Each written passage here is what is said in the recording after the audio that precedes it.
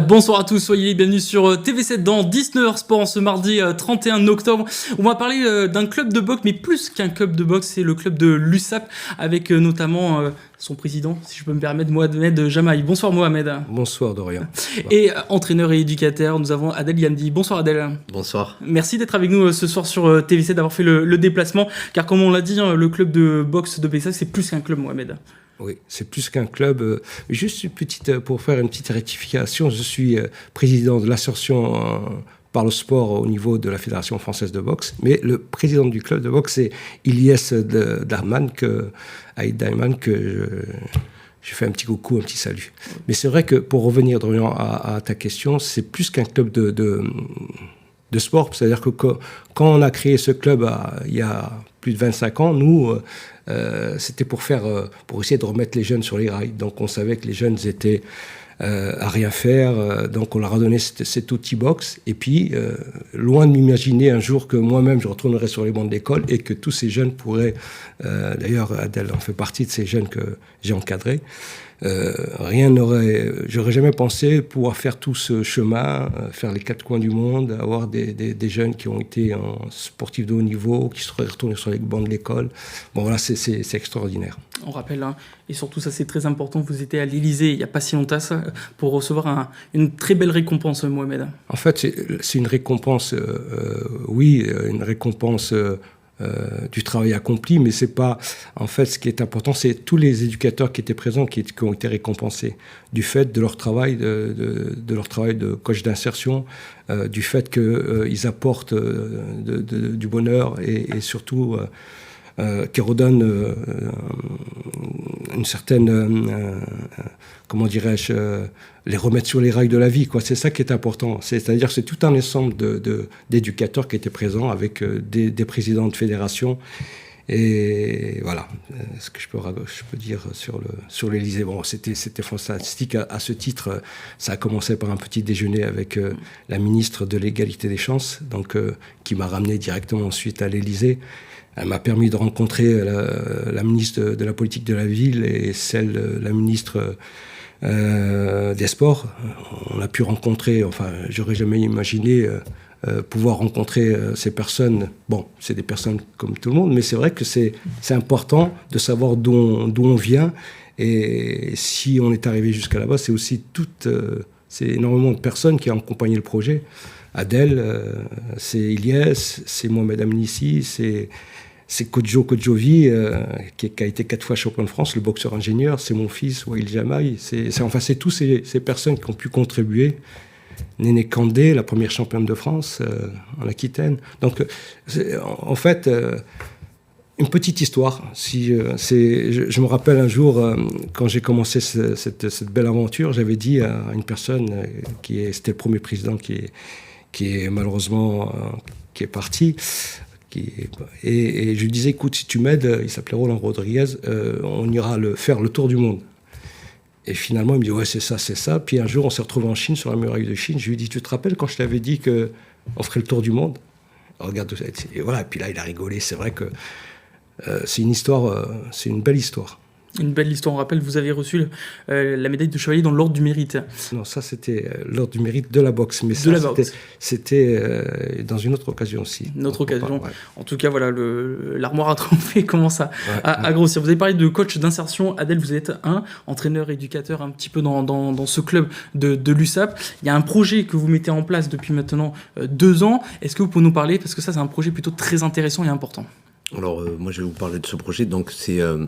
le plan d'inclusion, donc le programme PIC, c'est un programme qui a été lancé par un consortium de 7 fédérations, dont la Fédération française de boxe.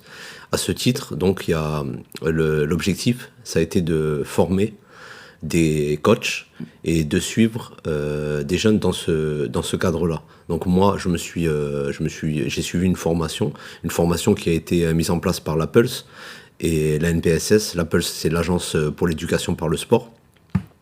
Et donc j'ai suivi une formation sur 3 stages qui ont été mis en place sur 1 an.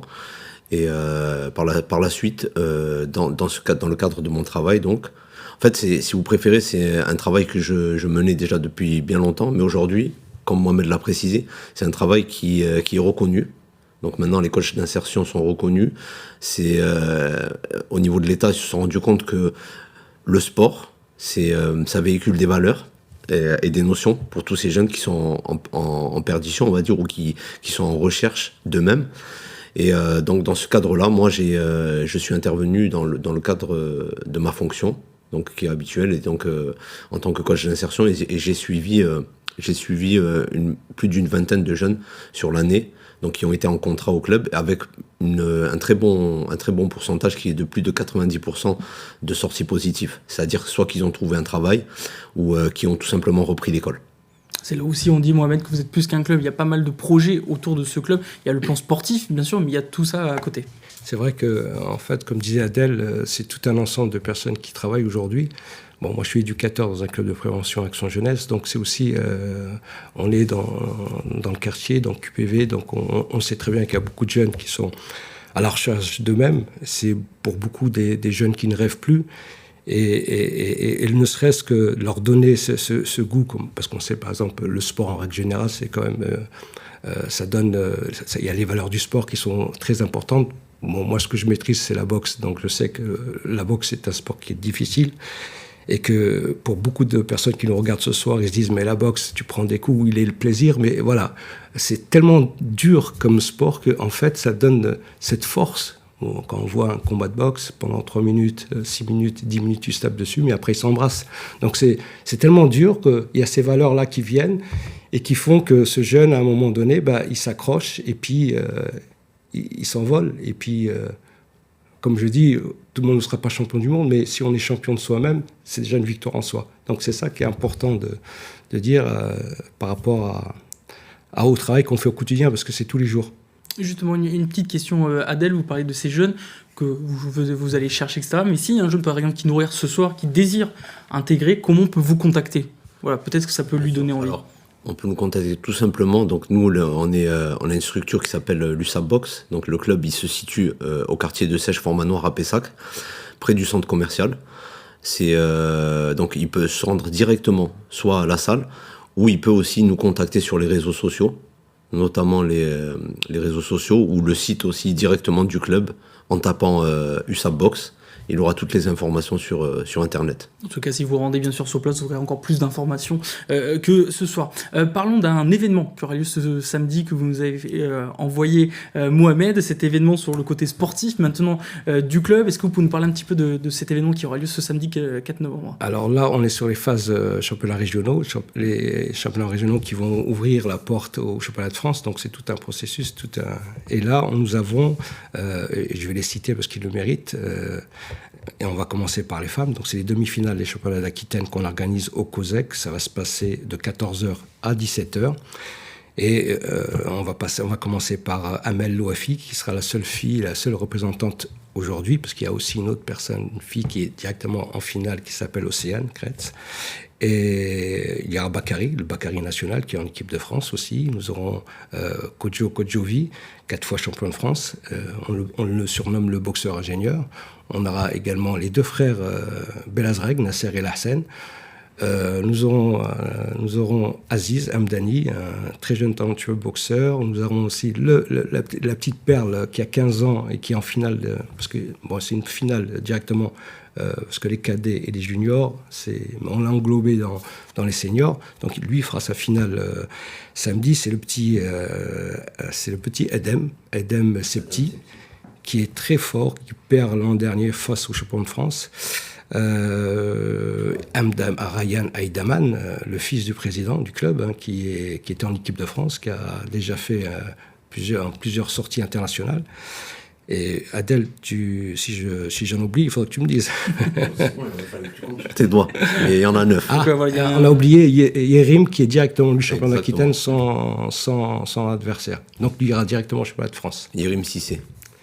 Voilà. En tout cas, voilà, on a fait la liste. Au moins, vous avez oublié personne. Il y a cet événement, donc comme on l'a dit, le 4 novembre, si vous désirez voir de la boxe dans le département. Un petit dernier mot, parce qu'il nous reste quelques minutes, Mohamed et Adel. Parlons un peu d'un gros événement qui arrive en 2024, c'est les Jeux Olympiques. On sait qu'à Rio, l'équipe de France a plutôt été sublimée, notamment par Tony Yoka et toute son histoire.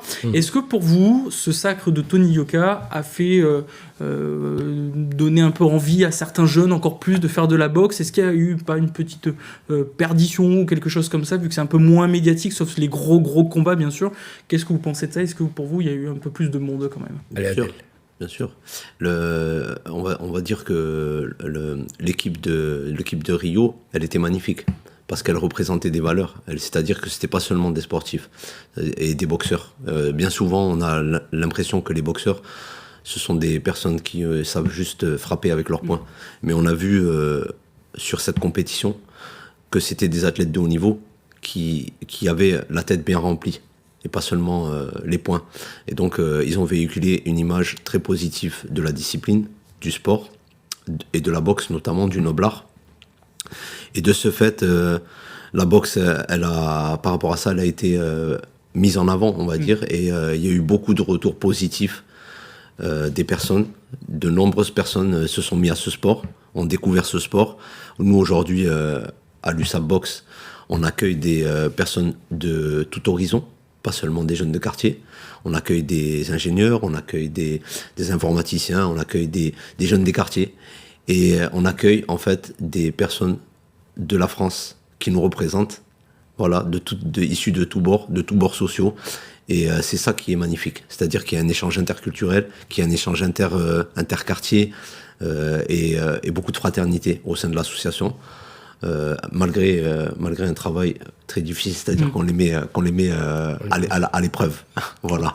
En tout cas, on aura bien sûr le temps d'en reparler de ces Jeux Olympiques de Paris 2024 avec vous. Vous serez les re-bienvenus bien sûr sur le plateau de TV7. Merci Mohamed Jamaï. Une petite dernière réaction. Oui, je voudrais juste saluer ce qu'on oublie, c'est ceux qui sont toujours avec nous, les bénévoles qui sont à fond, comme Jean-Pierre Irasque, Yves, avec Benoît et Jean-Pierre qui fait un travail remarquable avec les Andis, parce qu'on accueille tout le monde, les Andis, les femmes, tout le monde sont les bienvenus au club et tout le monde, avec assiduité, aime. En fait, on est une équipe et c'est vrai que c'est pas évident de citer tout le monde parce qu'il y a beaucoup de monde, mais en tout cas, juste qu'on les a pas oubliés, qu'on pense à eux et qu'on les remercie aujourd'hui parce que c'est grâce à eux aussi qu'on fournit tout ce travail-là et que c'est une équipe. Sinon, on pourrait pas être.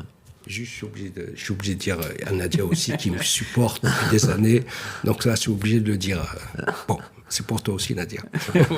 En tout cas, merci messieurs d'avoir été avec nous ce soir. Comme on l'a dit, voilà, l'USAP plus qu'un club de boxe et encore plus. Vous êtes les re-bienvenus sur TV7. Donc on va parler bien sûr des JO de Paris 2024. Dans quelques instants, c'est Mathieu Dalzovo et le magazine Basket et notamment Focus sur Basketland. Bonne soirée à tous.